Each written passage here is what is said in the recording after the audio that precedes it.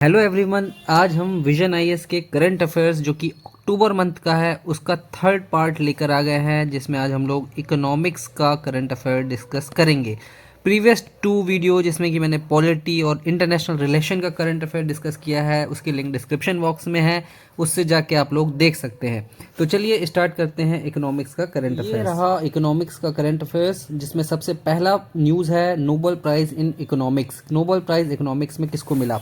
तो obviously news में क्यों है, क्योंकि नवंबर में आपको पता है हर साल नोबेल प्राइज़ दिया जाता है अक्टूबर नवंबर के मंथ में। इस बार भी मिला, इसलिए न्यूज़ में है। इसमें आपको याद रखना है 3 नाम: Daron Acemoglu, Simon Johnson and James A Robinson. और उसके बाद किस पर मिला? तो जो जो नोबेल प्राइज़ फॉर इकोनॉमिक्स मिला वो मिला है how institution are formed and their impact on society on prosperity. मतलब कि जो सोसाइटी में इंस्टीट्यूशंस हैं वो कैसे फॉर्म होते हैं, कैसे बनते हैं, क्या क्या फैक्टर्स होते हैं, और जब वो बन जाते हैं, बन के खड़े हो जाते हैं, तो उन इंस्टीट्यूशन का किसी कंट्री के प्रॉस्पेरिटी या ग्रोथ या उसकी वेल बीइंग में क्या इम्पैक्ट होता है। ठीक है ना? इंस्टीट्यूशन का सोशल इंस्टीट्यूशन भी है और पॉलिटिकल इंस्टीट्यूशन भी है। तो ये है, बस आपको इतना समझना है, इसके बाद ज़्यादा डिटेल में नहीं जाना। अब ये जो है अबाउट नोबेल प्राइज़, ये इंपॉर्टेंट हो सकता है क्योंकि फैक्चुअल इन्फॉर्मेशन है। तो नोबेल प्राइज़ एक इंटरनेशनल अवार्ड है जिसको किस में कौन देता है? नोबेल फाउंडेशन, जो कि स्टॉकहोम स्वीडन में है। ठीक है? और ये अल्फ्रेड नोबेल, जिन्होंने एटॉमिक बम की खोज की थी, उनकी ये लास्ट इच्छा थी कि बम बनाने से इतना पैसा बना लिया था उन्होंने कि उस पैसे को उन्होंने बोला था कि ये हर साल प्राइज़ दिया जाए। ठीक है? Nobel prize. अच्छा, अब नोबेल प्राइज़ की कैटेगरी समझिए: physics, chemistry, economics, literature, medicine या फिजियोलॉजी और पीस। तो एक दो तीन चार पाँच छः कैटेगरी में दिया जाता है, जिसमें से कि 3 कैटेगरी का जो अवार्ड देता है वो royal Swedish academy of sciences में देता है। अदरवाइज बाकी 3 डिफरेंट इंस्टीट्यूट देते हैं। जैसे लिटरेचर देता है स्वीडिश एकेडमी स्टॉकहोम, मेडिसिन में देता है Nobel Assembly at Karolinska Institute Stockholm, और पीस देता है नॉर्वेजियन नोबेल कमेटी। ठीक है? तो ये फैक्चुअल इन्फॉर्मेशन आप याद रखिएगा।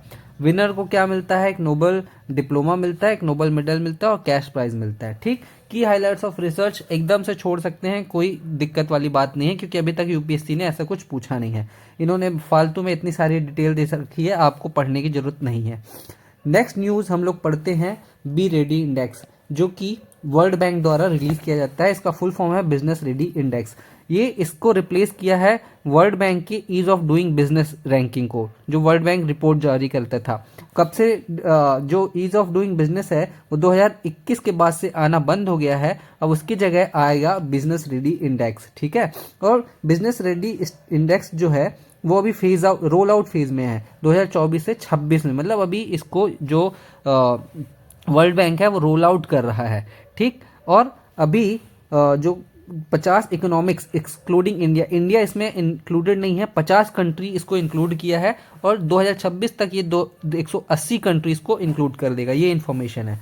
अच्छा, अब ये बी रेडी इंडेक्स क्या है? तो जैसे ease of doing business index था, ईज ऑफ डूइंग ये बताता था कि किसी कंट्री में अगर कोई इंस्टीट्यूशन बिजनेस करना चाहता है तो कितने आसानी से बिजनेस सेटअप कर सकता है। ठीक है ना? उसको बोलते थे ease of doing business. But B ready index भी वही है, ज़्यादा कुछ डिफरेंस नहीं है। इसमें ये बताएगा कि कोई भी जो कंट्री है वो बिजनेस रेडी कितना है। ठीक है? तो ये कैसे बताएगा? डाटा कलेक्शन करेगा, एनालिसिस करेगा, और उसके बाद उस हिसाब से बताएगा कि कितना है।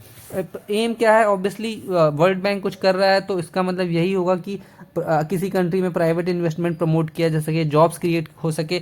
मतलब ये डेटा के थ्रू बता देगा कि भाई किस कंट्री में आप जाइए और वहाँ पे जाके बिजनेस कीजिए, वहाँ पे बिजनेस करना कितना आसान है, कितना मुश्किल।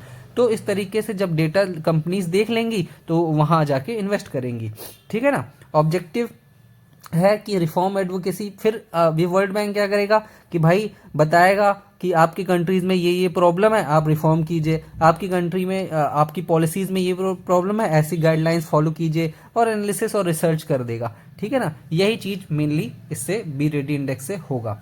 अच्छा, अब इसके टॉपिक्स पिलर्स क्या हैं? ज़्यादा कुछ ऐसे सिर्फ गो थ्रू कर लीजिएगा कि डिजिटल अडॉप्शन कितना है कंट्रीज में, एनवायरमेंटल सस्टेनेबिलिटी कितनी है, कि कोई प्लांट वगैरह सेटअप होगा तो एनवायरमेंट को हार्म तो नहीं होगा, जेंडर इंक्लूसिविटी कितनी है, कि महिलाओं के लिए भी चांस मिलता है अगर कोई बिजनेस सेटअप होता है तो कि नहीं। ठीक है, 3 पिलर पर बेस्ड है, रेगुलेटरी फ्रेमवर्क, पब्लिक सर्विस और ऑपरेशनल एफिशिएंसी। मतलब कि किसी कंट्री में अगर कोई बिजनेस सेटअप हो रहा है तो उसके रेगुलेशंस क्या क्या है, कौन कौन से आपको क्लेम्स लेने, सर्टिफिकेशन लेने पड़ेंगे, कौन कौन से क्लियरेंस लेने पड़ेंगे, पब्लिक सर्विस आप क्या क्या प्रोवाइड कर सकते हो। ठीक है, जैसे कि इलेक्ट्रिसिटी हो गया और बाकी इंफ्रास्ट्रक्चर सपोर्ट हो गया, और ऑपरेशनल एफिशिएंसी क्या होगी कि कितने आसानी से वो जो बिजनेस है वो अपनी ऑपरेशंस कर पाएगा।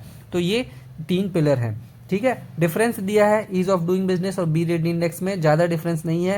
ये भी स्मॉल एंड मीडियम एंटरप्राइज को फोकस करता था, ये प्राइवेट सेक्टर को फोकस करेगा। ठीक है ना, और ये सिर्फ देखता था कि रेगुलेशन का क्या बर्डन है फर्म्स पे, ये देखता था रेगुलेशन और क्वालिटी ऑफ रेगुलेशन भी देखेगा। ठीक है, कि कोई रेगुलेशन अगर है तो वो सही है कि नहीं। ठीक, तो ये हो गया।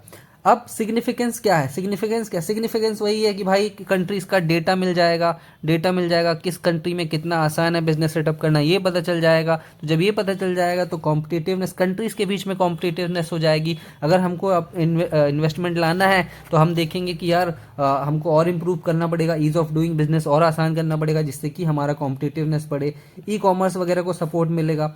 ठीक, इनोवेशन को हम करेंगे कि किस तरीके से इनोवेशन किया जाए, किस तरीके से सिंगल विंडो क्लियरेंस किया जाए, किस तरीके से डिजिटलाइजेशन को बढ़ावा दिया जाए। तो ये सारी चीज़ें आप खुद लिख सकते हो, ज़्यादा मुश्किल काम नहीं है। ठीक है, और ट्रांसपेरेंसी एंड डेटा इंटीग्रिटी रहेगी।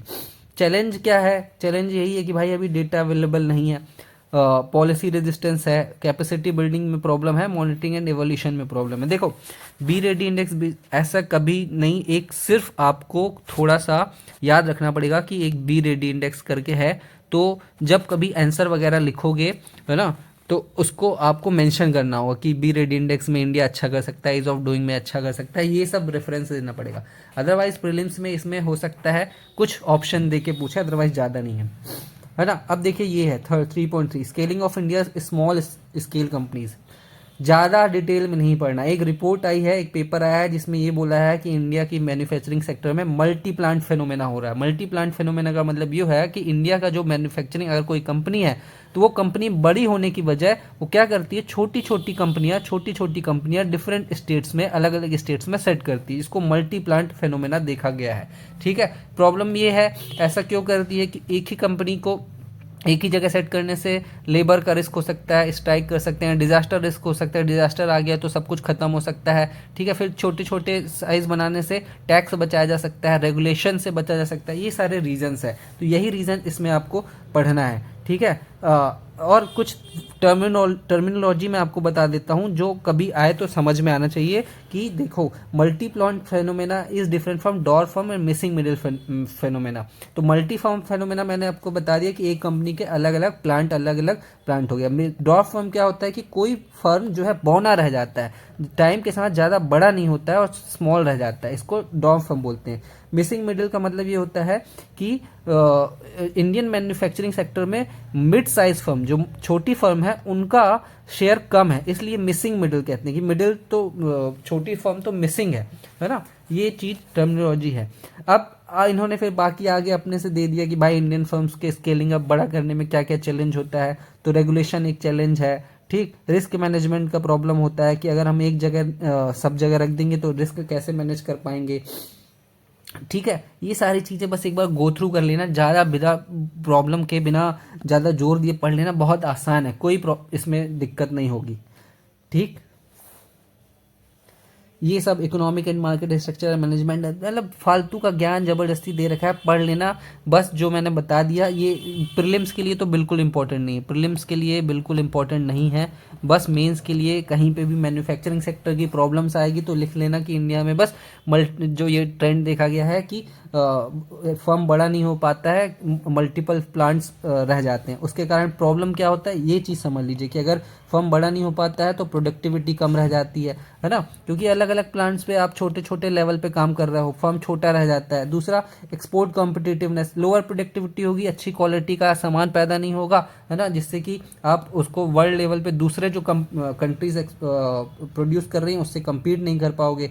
जॉब क्रिएशन ये होता है कि जब फर्म छोटा रहता है तो 14% ही जॉब दे पाता है, ये इकोनॉमिक सर्वे के हिसाब से बता रहा है ना। और क्वालिटी भी, एम्प्लॉयमेंट क्वालिटी भी नहीं हो पाती है कि छोटे छोटे टाइप, मतलब बड़ा नहीं हो पाएगा तो अच्छी जॉब नहीं क्रिएट कर पाएगा, छोटे जॉब्स क्रिएट करेगा। तो ये 4-5 प्रॉब्लम आप लिख सकते हैं। फिर ये है कि नहीं, ऐसा नहीं है सरकार कुछ कर नहीं रही है, सरकार ने इनिशिएटिव्स लिया है, पीएलआई स्कीम लेके आई थी, ठीक है, इंडस्ट्रियल कॉरिडोर डेवलप किया, रैम्प स्कीम डेवलप किया।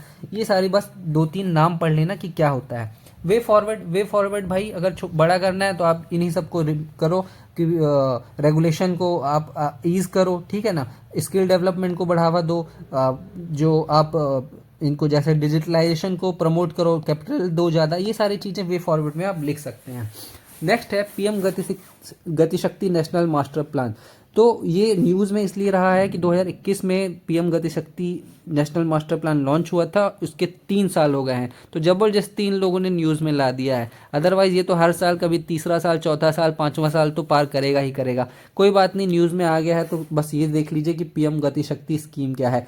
पीएम गतिशक्ति स्कीम कुछ नहीं है, ये बोलता है कि आपको इंफ्रास्ट्रक्चर का जो है ग्रोथ एक्सेलरेट करना है। कैसे? Synchronize, holistic, integrated and comprehensive planning के थ्रू प्लानिंग करना है। सिंक्रोनाइज मतलब अगर कोई इंफ्रास्ट्रक्चर डेवलपमेंट हो रहा है, 5 डिपार्टमेंट है तो पांचों आपस में मिले रहें कि जो भी इनपुट है ना सबको पता होना चाहिए। हॉलिस्टिक मतलब ये नहीं कि पहले सड़क बनवा दिया उसके बाद में पता चला कि यार अब तो हम तो पाइप डालना भूल ही गए तो फिर सड़क खोदो, ऐसा नहीं। हॉलिस्टिक डेवलपमेंट करो, इंटीग्रेटेड डेवलपमेंट करो और कॉम्प्रहेंसिव प्लानिंग के साथ कि आने वाले 15 साल में इसकी क्या ज़रूरत होगी, 20 साल में क्या ज़रूरत होगी, वो आपको पता होना चाहिए। जैसे कि मैं आपको बताता हूँ, आप देखेंगे कि आजकल जो घर जैसे चंडीगढ़ वगैरह अगर कभी आप जाएंगे तो वहाँ देखेंगे कि रोड जो घर बने हैं उनके बाहर पार्किंग की फैसिलिटी नहीं है। तो वो सिटी डेवलप हुई थी लगभग 1950s में, ठीक है ना। वो सोचा नहीं था किसी ने कि पॉपुलेशन इतनी बढ़ जाएगी, लोगों के अगर 5 मेंबर है तो पांचों के पांचों कार रखने लगेंगे। तो इसलिए वो एक विजनरी डेवलपमेंट नहीं था, भले ही प्लान डेवलपमेंट था लेकिन विजनरी डेवलपमेंट नहीं था। तो इस तरीके से आप डेवलपमेंट कीजिए। तो बस यही है पीएम गतिशक्ति स्कीम। इसके अलावा इसका ऑब्जेक्टिव क्या हो सकता है कि जिससे ease of living, ease of doing business बढ़े, डिसरप्शन कम हो, जल्दी से जल्दी कोई प्रोजेक्ट जो है वो कंप्लीट हो, एक्सपीडिएट कंप्लीशन हो, यही इसका वो होगा। इसके अलावा कुछ नहीं जानना है इसमें।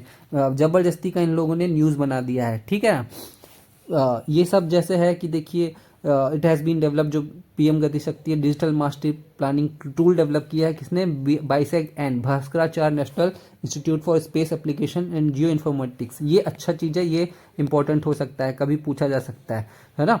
और जो भारत सरकार का वो ओपन सोर्स टेक्नोलॉजी यूज़ हुई है किसमें? मेघराज में इसको होस्ट किया गया है। मेघराज क्या है? गवर्नमेंट ऑफ इंडिया का क्लाउड मतलब कि इंटरनेट है, समझ लीजिए सरकारी स्पेस है, सरकारी। जैसे गूगल ड्राइव होता है, गूगल ड्राइव क्या है? एक क्लाउड हो गया है ना, उसमें आप जितना चाहो तो स्टोर कर सकते हो। वैसे सरकार का एक ड्राइव हो गया, समझ लीजिए, उसको मेघराज नाम दे दिया उन्होंने, बात खत्म, ठीक।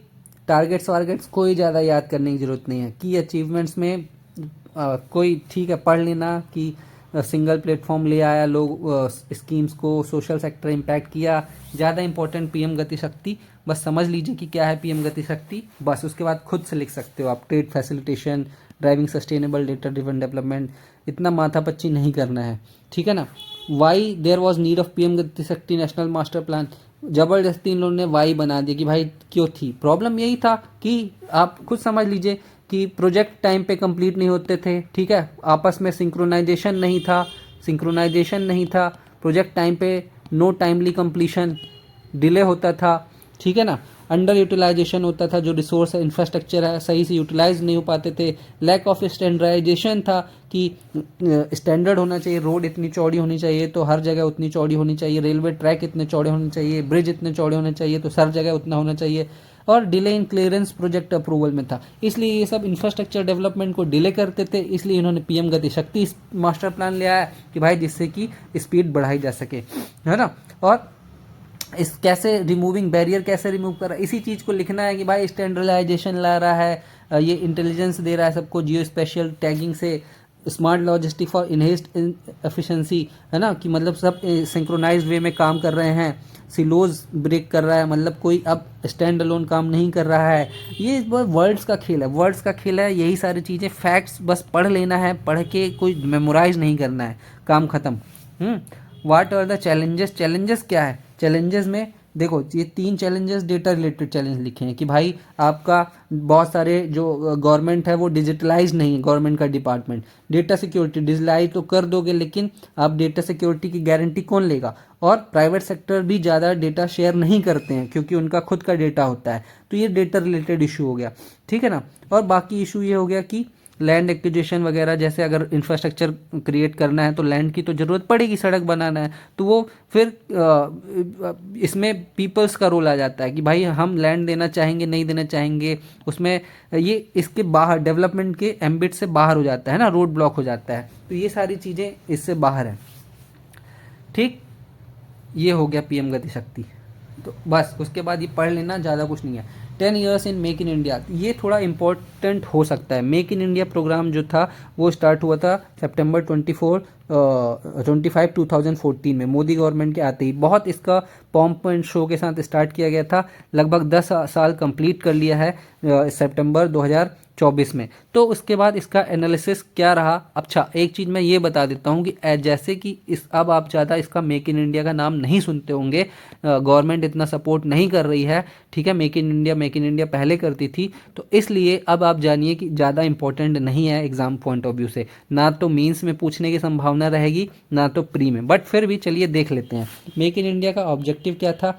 वोकल फॉर लोकल इनिशिएटिव था कि हम लोकल में प्रमोट करें, मैन्युफैक्चर करें। और इसका ऑब्जेक्टिव 3 था। सबसे पहले तो ग्रोथ रेट बढ़ाना था इंडियन इंडस्ट्री का 12 to 14% पर ईयर। दूसरा 100 मिलियन जॉब क्रिएट करना था। और तीसरा जो जीडीपी का मैन्युफैक्चरिंग सेक्टर में 25% शेयर 2022 तक बढ़ाना था, जो कि 2025 कर दिया गया। तो ये 3 मेन ऑब्जेक्टिव थे, है ना, 3 मेन ऑब्जेक्टिव।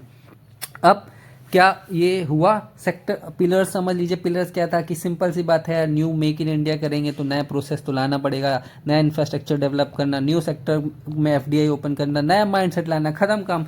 बहुत सिंपल सी बात है कि कुछ नया बनाना है तो नया प्रोसेस लाना पड़ेगा, नया इंफ्रास्ट्रक्चर लाना पड़ेगा, नया नया सेक्टर में पैसा लाना पड़ेगा, नया नया माइंडसेट लाना पड़ेगा। अचीवमेंट समझ लीजिए। अचीवमेंट्स में कोई खास अचीवमेंट नहीं हुआ है, इसको मैंने हाईलाइट कर रखा है कि हाँ 2014 में 122 इंडिया का ईज ऑफ डूइंग में स्थान था, जो 2020 में 63 हो गया। तो इसका मतलब ये है कि हमने बढ़ाया, लेकिन ये सब अचीवमेंट नहीं कहलाएगा। अचीवमेंट ये कहलाएगा कि आपने इन तीन ऑब्जेक्टिव को अचीव किया कि नहीं। तो आगे चल के अभी आप देखेंगे कि इंडिया फेल हो गया इसमें। ये सब तो कहने वाली बात है ना। मैन्युफैक्चरिंग कॉम्पिटिटिवनेस बोल रहा है कि हमने बढ़ाया। कैसे बढ़ाया? सिंगल विंडो क्लियरेंस दे दिया, जो 40,000 कंप्लायंस थे उसको 4,000 लगभग 3800 कंप्लायंस में लाके छोड़ दिया। रिसोर्स को मोबिलाइज किया। मर्चेंडाइज एक्सपोर्ट जो हमारा 437 बिलियन था वो बढ़ 437 बिलियन हो गया लगभग 2024 में, है ना। ये सारी चीज़ें आप मेजर अचीवमेंट्स में लिख सकते हैं।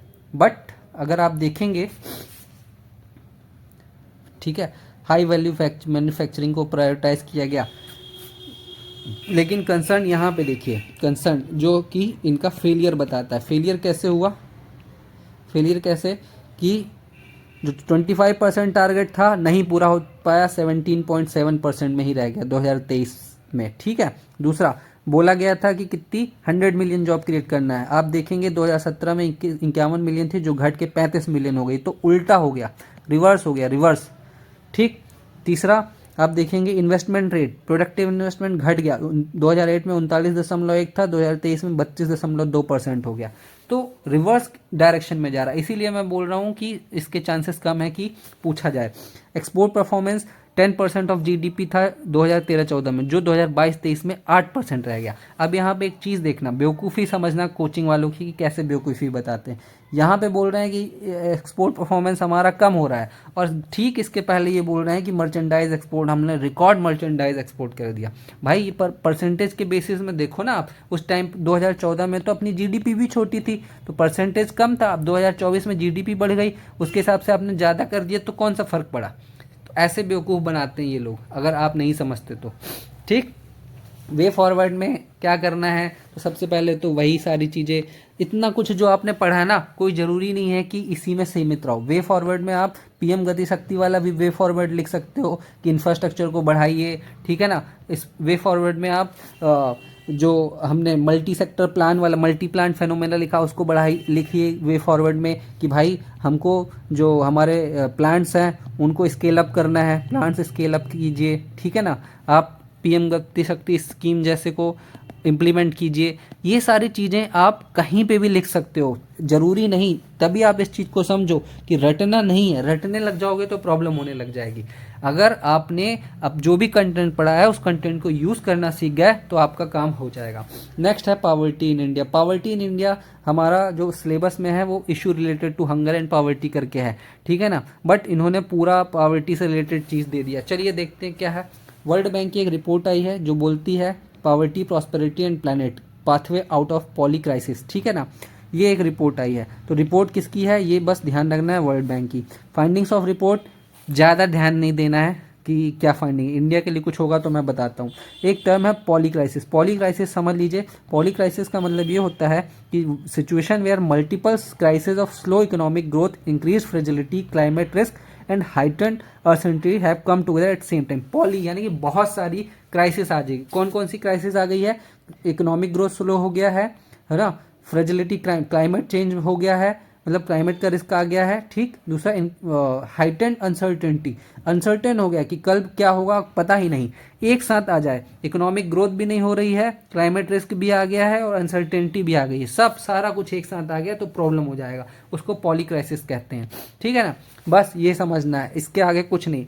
इंडिया में पॉवर्टी क्या है ये डेटा याद कर सकते हैं कि नीति आयोग के हिसाब से कि आज के डेट में हमारा जो हेड काउंट रेशियो है, मतलब कितने लोग 11.28% लोग पुअर हैं, है ना। लास्ट 9 ईयर्स में 44.82 करोड़ जो है वो मल्टी डायमेंशनल पॉवर्टी से बाहर निकल चुके हैं। और इंडिया जो है जो सस्टेनेबल डेवलपमेंट ग्रोथ के टारगेट को अचीव करने वाला है। ये हो गया। उसके बाद प्रीलिम्स के हिसाब से history of poverty estimation in India, ये थोड़ा इंपॉर्टेंट है, कभी कभी पूछ लिया जाता है कि Dadabhai Naoroji poverty and un British rule book है उनकी, नेशनल प्लानिंग कमेटी 1938 में आया, बॉम्बे प्लान 1948 में आया, है ना। तो ये प्लानिंग रिलेटेड चीज़ हो गया जो एस्टिमेशन ऑफ पॉवर्टी था। इसमें क्रोनोलॉजी वगैरह पूछ सकता है तो इसको आप ध्यान रखिएगा।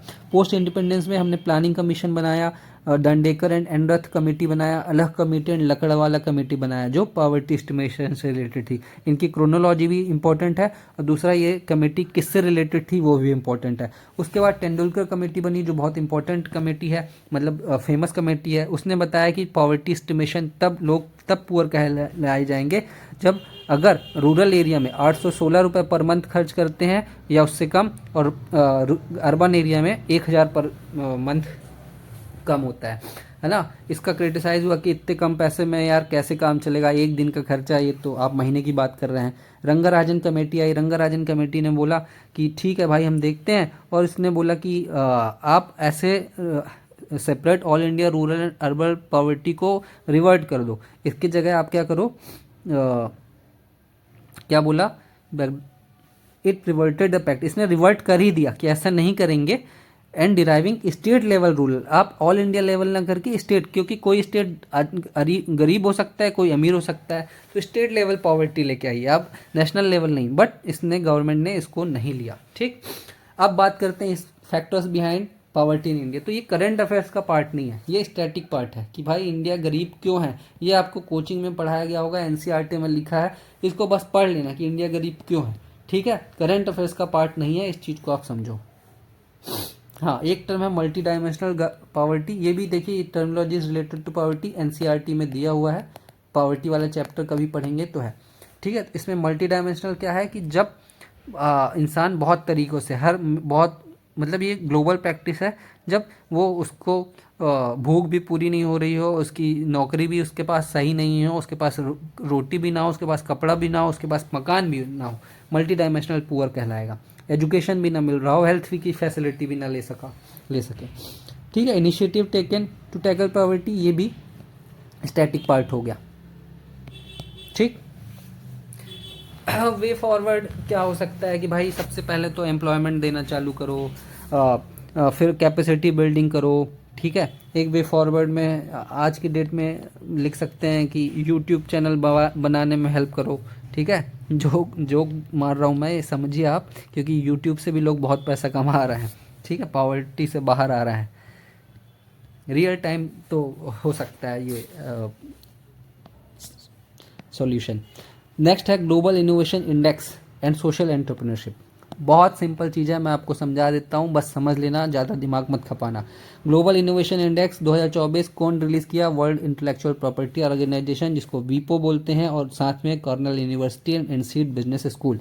ठीक है, ये पूछा जाता है, इंपॉर्टेंट है, तो बस ये पढ़ लीजिए। ठीक, अब उसने क्या है फाइंडिंग्स बताइए। थीम समझ लीजिए, unlocking the promise of social entrepreneurship. ठीक, पोटेंशियल ऑफ सोशल एंटरप्रेन्योरशिप, इसको कैसे करना है। क्राइटेरिया क्या है? अच्छा, ये criteria measurement of innovation, institution, human capital, research, infrastructure, credit, investment, linkage, creation, absorption and diffusion of knowledge and creative outputs. मतलब ये क्राइटेरिया, इसको आप एथिक्स और ऐसे में कर सकते हैं कि आपको अगर इनोवेशन का मेजर करना है तो आप देखिए इंस्टीट्यूट, ह्यूमन कैपिटल, रिसर्च, मतलब इतने सारे तरीकों से देखिए कि कहाँ कहाँ इनोवेशन हुआ है ना। और इस रैंकिंग में टॉप रैंकिंग आई है स्विट्जरलैंड की, उसके बाद स्वीडन की, फिर यूएस की, सिंगापुर की। इंडिया की रैंकिंग है 39 अमंग 133 नेशन। 2023 में 40 थी, एक हमने बढ़ा लिए 39 कर लिया। ठीक, ये हो गया। अब ये इंपॉर्टेंट हो गया प्री के हिसाब से। अब ये सोशल एंटरप्रेन्योरशिप क्या है ये समझिए। सोशल एंटरप्रेन्योरशिप का मतलब ये है कि जो सोशल प्रॉब्लम है उस प्रॉब्लम से, उस प्रॉब्लम का सॉल्यूशन ढूंढ के, सॉल्यूशन फाइंड करके कैसे पैसा कमाया जा सके, कैसे मनी बनाया जा सके, दैट इज सोशल एंटरप्रेन्योरशिप। मतलब कैसे हम जनरेशन ऑफ इकोनॉमिक वेल्थ कर सके जहाँ सोशल इश्यूज को एड्रेस करते, poverty, environment, sustainability, social injustice. ठीक है, पैसा कैसे बना सके, यही सोशल एंटरप्रेन्योरशिप है, बस और कुछ नहीं। इतना डिफरेंस ट्रेडिशनल सोशल में कुछ ज़्यादा नहीं पढ़ने की ज़रूरत है, समझना है तो समझ सकते हो। ट्रेडिशनल में क्या है कि आप सामान बेचकर पैसा कमा रहे हो, सामान बेचकर, ठीक है ना, ट्रेडिशनल। इसमें क्या है, आप कोई प्रॉब्लम सॉल्व करके कि भाई गरीबी मैं कैसे मिटा दूंगा, आओ बताता हूँ तुमको, सोशल एंटरप्राइज हो गया। ट्रेडिशनल में क्या है, किराने की दुकान, इलेक्ट्रिसिटी की दुकान, ये सब ट्रेडिशनल बिजनेस हो गया। इसमें कुछ नया इनोवेशन हो गया, है ना, ये है बस। सिग्निफिकेंस वगैरह कुछ पढ़ जरूरत नहीं है, छोड़ो इसको।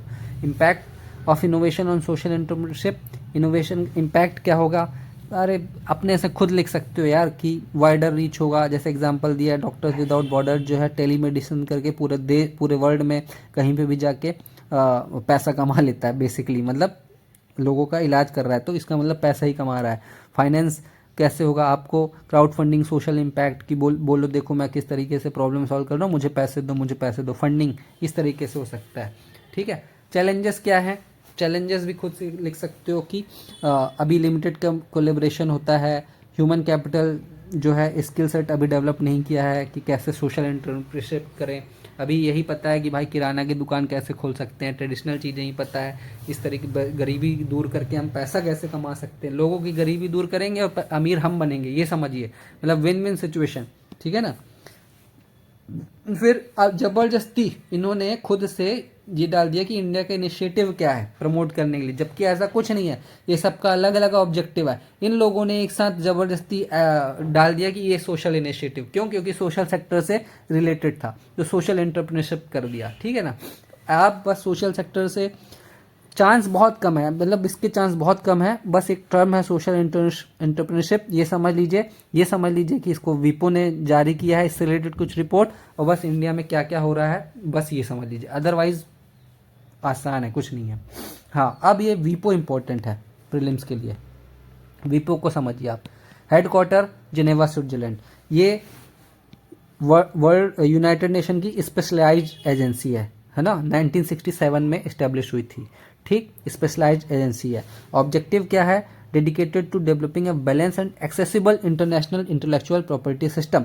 मतलब यहीं से पता चल रहा है इंटेलेक्चुअल प्रॉपर्टी ऑर्गेनाइजेशन है, तो एक balance and accessible intellectual property develop हो। इंटेलेक्चुअल प्रॉपर्टी का मतलब क्या है कि बुद्धि की जो संपदा है, बुद्धि से जो, जैसे आपने बुक लिख दी वो आपकी इंटेलेक्चुअल प्रॉपर्टी हो गई, आपने कोई पेपर पब्लिश कर लिया वो इंटेलेक्चुअल प्रॉपर्टी हो गई, कोई दवाई बनाने का फॉर्मूला बना दिया, ठीक है, वो इंटेलेक्चुअल प्रॉपर्टी हो गई। तो अब आपने फॉर्मूला बना दिया, लाइसेंस उसको बेचने लग गए कि नहीं मैं इतने में लाइसेंस दूंगा, गरीब देश तो लाइसेंस खरीद ही नहीं पाएगा। तो इसका प्रॉब्लम इसका यही काम है कि भाई आप अगर कोई इंटेलेक्चुअल प्रॉपर्टी प्रोड्यूस करते हो तो सबको बैलेंस और एक्सेसिबल एक्सेस मिल सके, ठीक, जिससे कि क्रिएटिविटी, स्टिमुलेट इनोवेशन, ये सारी चीज़ें हैं। इंडिया इसका मेंबर है 1975 से, 1967 में बना था, 1975 से इंडिया मेंबर है, 193 मेंबर है। फंक्शन क्या हो गया, सारा कुछ आईपी से, इंटरनेशनल प्रॉपर्टी से ही रिलेटेड होगा, एक बार पढ़ लेना फंक्शन, ठीक है। ट्रीटीज आप पढ़ सकते हो कि कौन कौन सी, तो जहाँ पर प्रॉपर्टी राइट्स रिलेटेड ट्रीटी आए, पेटेंट प्रोटेक्शन रिलेटेड ट्रीटी आए, treaty on intellectual property, genetic resource and association, traditional knowledge, तो वीपो का रोल होगा, ठीक है ना। एक बार बस गो थ्रू कर लेना जिससे दिमाग में बैठ जाए। Okay, so next news is national mission on edible oils, oil seed. Okay, news क्या था कि कैबिनेट ने अप्रूव किया है 7 ईयर पीरियड के लिए इस मिशन को, जो होने वाला है 2024 से लेके 2030-31 तक, ठीक है। तो इसलिए ये है। अब इस मिशन के बारे में देख लीजिए, टारगेट है कि सबसे पहले ऑयल साइड प्रोडक्शन बढ़ाना है, ठीक, जो कि 39 मिलियन टन था 2022-23 में, इसको 69.7 मिलियन टन कर देना है। Domestic domestic edible oil production को भी बढ़ाना है ना, primary oil seed and then domestic. फिर नेक्स्ट क्या है कि आप एडिशनल 40 लाख हेक्टेयर में ऑयल सीड कल्टीवेशन बढ़ाइए, ये टारगेट है। फोकस किस पे रखा गया है कि जो प्राइमरी ऑयल सीड क्रॉप्स हैं, ठीक, ये इंपॉर्टेंट हो जाता है, प्राइमरी ऑयल सीड क्रॉप्स आपके प्रीलिम्स के लिए भी इंपॉर्टेंट हो गया। कौन कौन सी है, रेप सीड मस्टर्ड्स, है ना, groundnut, soybean, sunflower and sesamum, जैसे इसको बोलते हैं। मस्टर्ड यानी कि क्या हो गया, राई या सरसों हो गया, ग्राउंडनट यानी कि मूंगफली, सोयाबीन आपको पता होगा सोयाबीन ही होता है, सनफ्लावर यानी कि सूरजमुखी, और इसका मतलब होता है तिल, ठीक। तो ये फोकस एरिया है। की फीचर्स क्या है कि एक पोर्टल बना दिया है, ठीक है, seed authentication, traceability and holistic inventory, साथ ही पोर्टल किसके लिए, for an online 5 year rolling seed plan कैसे क्या उसको संभालना है। वैल्यू चेन क्लस्टर बनाया है ना। ज़्यादा ये सब आप मतलब आराम से बस पढ़ लीजिएगा। अदर फीचर्स में हाई यील्ड ऑयल कंटेंट लेना पड़ेगा जिसका यील्डिंग ज़्यादा हो, है ना। एडवांस टेक्नोलॉजी यूज़ करना है, जीनोम एडिटिंग वगैरह। फिर सीड हब्स और स्टोरेज यूनिट सेटअप करना है, और कैंपेन करना है, कौन से, information education and communication campaign, जिससे कि आपको डाइटरी गाइडलाइंस, एडिबल ऑयल्स को कैसे खाना है, कैसे उसका यूज़ करना है, वो गाइडलाइंस के लिए वो अवेयरनेस फैलाई जा सके, ठीक है। तो यही है जो मिशन है। फिर इसका बेनिफिट क्या हो सकता है, आप खुद लिख सकते हैं कि भाई हम इंपोर्ट नहीं करना पड़ेगा, आत्मनिर्भर बन जाएंगे। एनवायरनमेंट बेनिफिट है कि जैसे इसका जो ये पेड़, इसकी जो फसल होती है लो वाटर यूज़ करती है, इसकी सॉइल हेल्थ क्या है, क्रॉप डाइवर्सिटी से सॉइल हेल्थ बढ़ेगी, प्रोडक्टिविटी होगा, है ना। अदर बेनिफिट्स में फार्मर्स की इनकम बढ़ जाएगी, और सीड प्रोडक्शन इंफ्रास्ट्रक्चर सही हो जाएगा, ठीक है। ये डेटा बैंक डेटा देख लीजिए कि एडिबल ऑयल पे इंडिया का क्या है, तो 4th लार्जेस्ट प्लेयर है। यूएसए, चाइना और ब्राज़ील हमसे आगे हैं। 50-20% of global oil seed area का प्रोडक्शन हम लोग करते हैं, मतलब टोटल अगर 100 में से 15 से 20% ग्लोबल ऑयल सीड प्रोडक्शन हमारा है, ठीक है। टोटल कंजम्पशन हमारा 9-10% ग्लोबल के हिसाब से है। फिर लार्जेस्ट इम्पोर्टेड, हम सबसे बड़े इम्पोर्टेड है, हमारे बाद चाइना, उसके बाद यूएसए। हम क्या लेते हैं, 59% पाम ऑयल इंपोर्ट करते हैं, फिर सोयाबीन एंड सनफ्लावर। तो ये डेटा रफली एकदम याद कर लीजिए, ठीक है। फिर चैलेंजेस वगैरह जो क्या होगा, वही प्रॉब्लम कि भाई यील्ड लो है, कल्टीवेशन में चैलेंज है, हम अभी भी ज़्यादातर जो है ऑयल सीड की जगह हम गेहूं और धान उगाना पसंद करते हैं, ये सारी चीज़ें हैं, ठीक। Other steps taken for self sufficiency मतलब इंपोर्ट ना करना पड़े हमको, तो national food security mission, oil seed and oil palm related हो गया। National mission on edible oil, ठीक है, ये 2021-22 में लॉन्च हुआ था। प्रधानमंत्री अन्नदाता आय संरक्षण अभियान, पीएम आशा, जिससे ये है कि एमएसपी बढ़ाया जा सके, है ना, प्राइस सपोर्ट सिस्टम से। फिर रफ्तार, राष्ट्रीय कृषि विकास योजना रफ्तार, provision for crop production related activities on oil seeds, मतलब ये है जिससे कि हम अपना प्रोडक्शन बढ़ा सके, बेसिकली इंपोर्ट की जगह हम खुद प्रोडक्शन बढ़ सके। ठीक, तो ये हमारे मेन टॉपिक्स खत्म हो गए हैं। अब न्यूज़ इन शॉर्ट देखते हैं। न्यूज़ इन शॉर्ट में सबसे पहले रिस्पॉन्सिबल कैपिटलिज्म, कुछ नहीं है भाई, ये बस इसको समझ लो कि ये क्या है। रिस्पॉन्सिबल कैपिटलिज्म का मतलब ये है कि अगर कोई कैपिटल व्यापारी या कोई भी कंट्री अगर पैसा ज़्यादा बढ़ा रही, कैपिटलिस्ट मतलब कि प्रॉफिट ज़्यादा कमा रही है, तो उसको बाकी जगह भी आपको डिस्ट्रीब्यूट करना चाहिए। ठीक है, सिंपल सी बात है ये। What is it can be economic approach that integrates ethical values into business practice, मतलब बिजनेस का मतलब कैपिटलिज्म हो गया, है ना, प्रॉफिट मैक्सिमाइजेशन हो गया कैपिटलिज्म। तो अगर आप प्रॉफिट मैक्सिमाइजेशन कर रहे हो तो उसके लिए एथिकल प्रैक्टिस यूज़ करो। एथिकल प्रैक्टिस मतलब ये नहीं कि लोगों को ठग के पैसा बढ़ाओ, जो चीज़ है जितना प्रॉफिट बनता है उतना ही प्रॉफिट लो, बस यही, बाकी छोड़ दो। नेक्स्ट है annual survey of industries for 2022-2023, किसने किया ये देखो, ministry of statistics and programme implementation, MoSPI. ठीक है, इसमें क्या रहा है कि ऑब्वियसली है, सर्वे हो रहा है तो एक इंसाइट बताएगा कि composition, growth and structure manufacturing industry में क्या चेंज आ रहा है, कैसे कंपोजिशन हो रहा है, क्या ग्रोथ हो रहा है और स्ट्रक्चर में क्या आ रहा है। ठीक, की हाइलाइट्स आप देख सकते हैं कि ये है ग्रोथ, मैन्युफैक्चरर में जो है वो metal, basic metal, Coke and refined petroleum products जो है ये ग्रोथ के लिए रिस्पॉन्सिबल है। एम्प्लॉयमेंट में इंक्रीज़ हुआ है 7.4%, तमिलनाडु सबसे ज़्यादा हाईएस्ट एम्प्लॉयमेंट दे रहा है। ठीक है, तो ज़्यादा डिटेल में नहीं, ये एएसआई के बारे में एनुअल सर्वे कौन करता है, इस एक्ट के थ्रू ये सर्वे होता है ना, जम्मू कश्मीर में नहीं होता है, ये थोड़ा ध्यान रखने वाली बात है। और इसमें कौन कौन सी इंडस्ट्रीज़ कवर्ड हैं, factories registered under section 2M of factories act, है ना, bidi and cigar, electricity units with 100 और मोर एम्प्लॉयज़, एक बार आप इसको देख लेना। Input tax credit, input tax credit क्या है, सुप्रीम कोर्ट ने बोला है कि अगर ये देखना है कि कोई कंस्ट्रक्शन सेक्टर में इनपुट टैक्स क्रेडिट मिलेगा तो दो टेस्ट लेना है कि जो कंस्ट्रक्शन हो रहा है उसकी फंक्शनैलिटी देखना है और एसेंशियलिटी देखना है। मतलब फंक्शनैलिटी का मतलब कि उस बिल्डिंग का यूज़ क्या किया जाएगा, क्या वो बिजनेस पर्पज़ के लिए यूज़ किया जाएगा, अगर हाँ तो फिर उसमें इनपुट टैक्स क्रेडिट मिलेगा। एसेंशियलिटी का मतलब ये है कि क्या वो बिल्डिंग बनाना ज़रूरी था, अगर ज़रूरी नहीं था तो क्यों बनाई भाई आपने, अगर ज़रूरी ही है तभी उसमें इनपुट टैक्स क्रेडिट मिलेगा। तो इनपुट टैक्स क्रेडिट क्या है, ये जीएसटी का एक फीचर है ना। इसको अगर मैं आपको एक्सप्लेन कर दूं, आईटीसी बोलते हैं। तो देखिए क्या होता है, टैक्स ऑन टैक्स को बचाने के लिए कि टैक्स में फिर से टैक्स ना लग जाए, इसलिए इनपुट टैक्स क्रेडिट लाया गया है। एग्जांपल समझिए, मान लीजिए आप कोई बिजनेस करते हैं, ठीक है ना, बिजनेस करने के लिए आप एक फ़ोन परचेज़ करते हैं, आप फ़ोन परचेज़ करने के लिए क्या होता है कि आपने फ़ोन लिया मान लीजिए 10,000 रुपये में, तो आप फ़ोन परचेज़ करेंगे तो कुछ ना कुछ टैक्स लगा है, टैक्स इसमें मान लीजिए 15% लग गया है, ठीक है ना।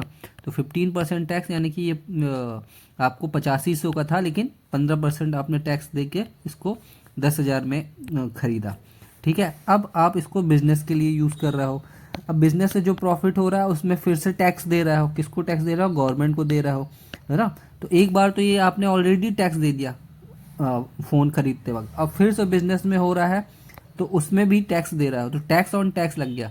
तो क्या होता है कि जब मैं जीएसटी फाइल करूंगा तो मैं ये बताऊंगा कि भाई मैंने फ़ोन ख़रीदा था, 15% टैक्स ऑलरेडी फ़ोन ख़रीदने में दे चुका हूँ, मैं पर्सनल यूज़ के लिए नहीं ले रहा हूँ, ये बिज़नेस के लिए ले रहा हूँ, तो फिर मुझे ये 15% वापस मिल जाएगा। इसको इनपुट टैक्स क्रेडिट कहते हैं।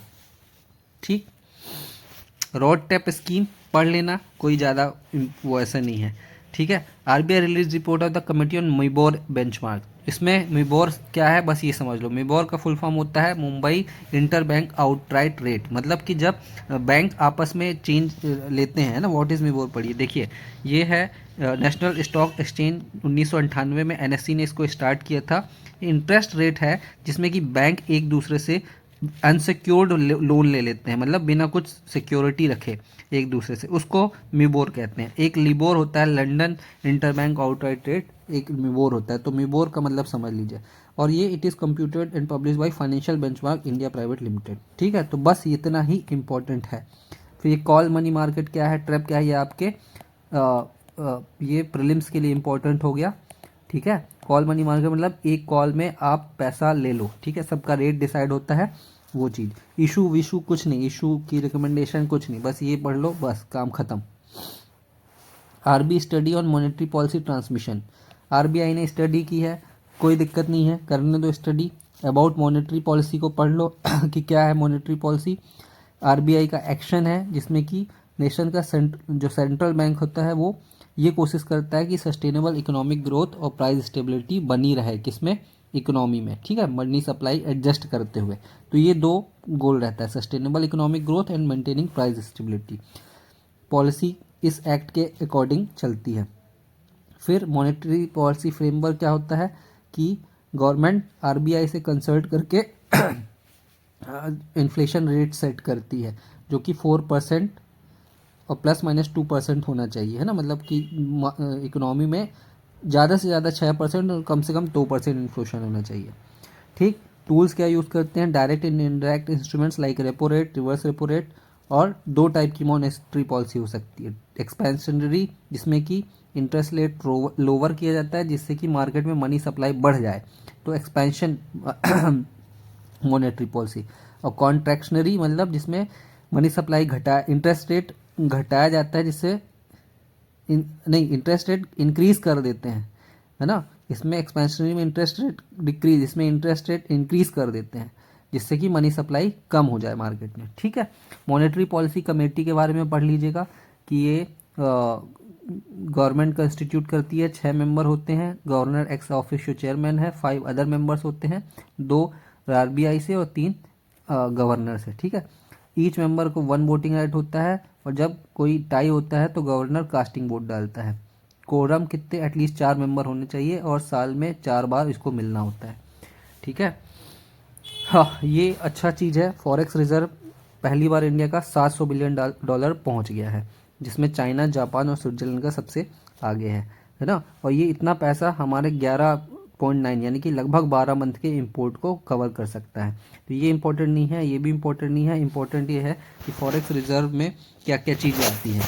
ठीक, तो फॉरेक्स रिजर्व में एक तो फॉरेन करेंसी एसेट हो गया, ठीक है, अदर कंट्रीज़ के जो एसेट हो गए, गोल्ड रिजर्व हो गया, स्पेशल ड्राइंग राइट्स, आईएमएफ में जो हमारा स्पेशल ड्राइंग राइट्स है, ठीक है ना, वो होता है। और रिवर्स ट्रांसपोजिशन, ये क्या होता है, it is equal to members quota less the IMF holding of members currency in account. मतलब कि आईएमएफ में हमारी जो करेंसी होगी कुछ होगी, और हमारा कोटा होगा। मान लो कि हमारा कोटा है 100 रुपये का, लेकिन हमने उसमें रखा 120 रुपये, तो रिवर्स ट्रांस कितना हो गया, 120 माइनस 100 यानी कि 20। ठीक है, ऐसे समझिए इसको। ये इंपॉर्टेंट है कि क्या क्या आता है। ठीक है, कंपोनेंट ऑफ फॉरेक्स रिजर्व में। और क्यों बढ़ रहा है, क्योंकि हमारे यहाँ forex direct investment and foreign portfolio investment, remittance, ये सब आ रहा है। ये सब क्या होता है, बेसिक चीज़ है, बेसिक पार्ट है। नहीं समझ में आता है कमेंट करके बताइए, मैं एक्सप्लेन कर दूंगा। ठीक, ये मेंस के पॉइंट ऑफ व्यू से इंपॉर्टेंट है कि फॉरेक्स रिजर्व बढ़ने का क्या, मेंस और प्रीलिम्स के हिसाब से भी, कि उससे क्या होगा फॉरेक्स रिजर्व बढ़ने से, है ना। ये पढ़ लीजिएगा एक बार। यूपीआई 1 2 3 एंड यूपीआई लाइट लाया है, कुछ नहीं, फीचर फोन में यूपीआई यूज़ करने का तरीका है, एक बार पढ़ लेना। CareEdge release its inaugural sovereign credit rating. तो मतलब केयर एज क्या है, सोवरिन रेटिंग, यानी कि पूरे देश जो कंट्रीज़ की रेटिंग होती है वो रेटिंग रिलीज की। केयर एज है जो इंडिया की फर्स्ट क्रेडिट रेटिंग एजेंसी है, जिसने पहली बार ग्लोबल दूसरे देशों की भी रेटिंग क्या की है, रिलीज़ किया है। रेटिंग एजेंसी क्या होता है कि जो कंट्रीज़ के इकोनॉमिक कंडीशन पर, है ना, लोन डेट इन सब पर हिसाब से उस कंट्री का क्या करते हैं, रेटिंग देते हैं, उसके बॉन्ड्स वगैरह की, उसके पेइंग कैपेसिटी की रेटिंग देते हैं। इसको सोवरिन रेटिंग बोलते हैं, और ये क्रेडिट एजेंसी का काम है। जैसे लोकल जो होती है वो क्रिसिल है, इक्रा है, केयर है, और जो सोवरिन है उसमें है standard and poor, Moody's and Fitch, है ना। और भारत की कौन सी है, केयर एज। तो ये एक क्वेश्चन बन सकता है कि कौन सी है भारत की जो सोवरिन रेटिंग देने लगी, तो केयरएज हो गया। ठीक, global family farming forum launched, क्या है, कुछ नहीं, बस एक वर्ल्ड फूड ऑर्गेनाइज फोरम ने किया है ना। ये करता है ग्लोबल फैमिली फार्मिंग फोरम, ये चीज़ आप समझ लीजिएगा। ठीक, committee to reducing inequality index कौन रिलीज करता है, Oxfam and development finance international, ये इंपॉर्टेंट है। CRI, commitment to reducing inequality, नया इंडेक्स है, तो इसको आप पढ़ लीजिएगा कि कौन करता है ना। और ये क्या किया है, 164 कंट्रीज़ का कमिटमेंट देखा है कि आपका क्या कमिटमेंट है। और SDG 10 जो है वो बोलता है रिड्यूस इनइक्वालिटी। ठीक, इसमें सबसे टॉप परफॉर्मर है नॉर्वे, जिसमें इनइक्वालिटी लगभग ना के बराबर है। वर्स्ट परफॉर्मर है South Sudan and Nigeria. India का रैंक 127 आया है आउट ऑफ 164। ठीक, all India rural financial inclusion survey कुछ खास नहीं है, ये नाबार्ड पढ़ लीजिएगा आप, नाबार्ड क्या होता है ना। ये recommendation of B Srinivasan Sivaraman committee के रिकमेंडेशन में नाबार्ड हुआ था। इसका काम क्या है, बेसिकली एग्रीकल्चर लोन देने वगैरह का काम है ना। Government to notify offshore areas operating छोड़ सकते हैं, कोई इतना ध्यान नहीं देना है। National electricity plan transmission, electricity जो है आपके मेंस में है इंफ्रास्ट्रक्चर वाले सेक्शन में, तो उसमें से थोड़ा पढ़ सकते हैं कि क्या प्लान है। तो 500 गीगावाट की रिन्यूएबल एनर्जी को जनरेट करना है, उसको बढ़ा के 600 गीगावाट तक ले जाना है ना। पीक डिमांड जो होती है 458 गीगावाट की, उसको पूरा करना है।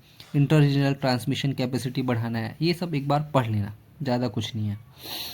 ठीक, हैंड इन हैंड इनिशिएटिव, ये क्या है, फूड एंड एग्रीकल्चर ऑर्गेनाइजेशन का है 2024 में, जिसमें hand in hand investment forum में लॉन्च हुआ, 2019 में लॉन्च हुआ है। क्या करता है, it supports the implementation of nationally led ambitious programmes to accelerate agri food system transmission व eradicating poverty, ending hunger and malnutrition and reducing inequalities. ज़्यादा इंपॉर्टेंट नहीं है, मैं बता रहा हूँ, बस हैंड इन हैंड क्या है, किसने लॉन्च किया, बस ये एक बार समझ लीजिएगा।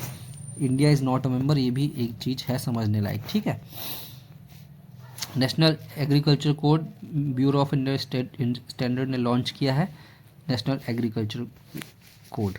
ठीक, इन सबको ना आपको बस रिवाइज करना है, दिमाग में बस ऐसे हाईलाइट करके रखना है, रिवाइज करना है, लोड मत लेना कि क्या क्या है।